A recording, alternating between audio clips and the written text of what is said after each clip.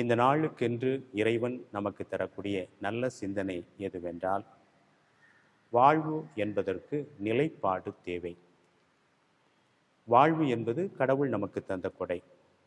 அதை முழுமையாக வாழ வேண்டும் என்பது அவருடைய விருப்பமாக இருக்கின்றது.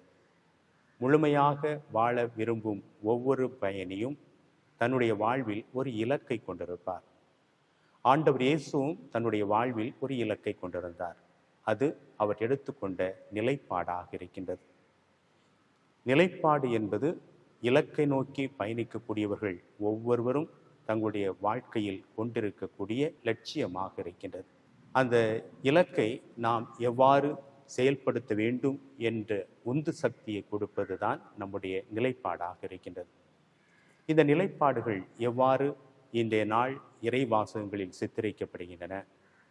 இன்றைய முதல் வாசகத்தில் ஏசியா இறைவாக்கினர் நம்மோடு பேசுகின்ற வேளையில் நமக்கு சொன்னதையெல்லாம் இறை ஊழியனை குறித்து சொல்லுகின்றார்.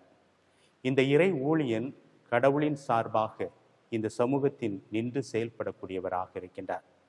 இந்த சமூகத்திலே அவர் செயல்படக்கூடிய நேரத்தில் தன்னை தாழ்த்தி எல்லா விதத்திலும் தன்னை வருத்தி கொண்டாலும் அவர் விழி இழந்தோருக்கு விழி கொடுப்பவராக, சிறையில் இருப்பவர்களுக்கு ஆறுதல் வழங்கக்கூடிய கடவுளாக, இந்த உலகத்தில் எல்லாவற்றையும் இழந்து தவிக்கக்கூடிய ஒவ்வொரு மனிதருக்கும் அவர்கள் விரும்புகின்ற நண்பனாக இருப்பார் என்பதை குறித்து சொல்கின்றார். இதே கண்ணோட்டத்தோடு இன்றைய நற்செய்திக்கு செல்கின்ற வேளையில் ஆண்டவர் இயேசுவும் லாசருடைய இல்லத்திற்கு செல்லக்கூடிய நிகழ்வு நமக்கு கொடுக்கப்படுகின்றது. இயேசு லாசரின் இல்லத்திற்கு செல்லுகின்ற பொழுது அவரை சார்ந்தவர்கள் ஒருவித சிந்தனையும், அவரை எதிர்த்தவர்கள் மற்றொரு சிந்தனையும் இருக்கிறதை காண முடிகிறது. அவரை சார்ந்தவர்கள் இவர் வழியாக நம்முடைய பாவங்களுக்கு மன்னிப்பை பெற்றுக்கொள்ளலாம் என்பதும், அவரை சாராதவர்கள் இவரை எப்படி ஒழிக்கலாம் என்று செயலின் நிமித்தமாக குற்றம் காணக்கூடியவர்களாகவும் தங்களை வெளிப்படுத்திக் கொள்கின்றார்கள்.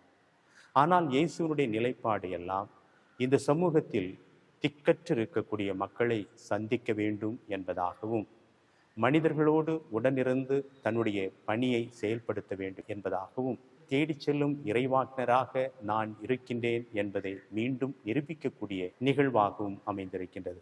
நம்முடைய வாழ்விலும் ஒரு நிலைப்பாடு வேண்டும். யார் சார்பாக நாம் நிலைப்பாடு எடுக்கின்றோம்? நலிவுற்ற மனிதர்கள் சார்பாக நிலைப்பாடு எடுக்கின்றோமா? அநீதியால் தவித்து கொண்டிருக்கக்கூடிய மக்கள் சார்பாக நிலைப்பாடு எடுத்து கொண்டிருக்கின்றோமா? ஓரம் கட்டப்படுகிறோம் என்ற உணர்வுகளோடு வாழக்கூடியவர்கள் சார்பாக நாம் நின்று செயல்படக்கூடிய மக்களாக இருக்கின்றோமா?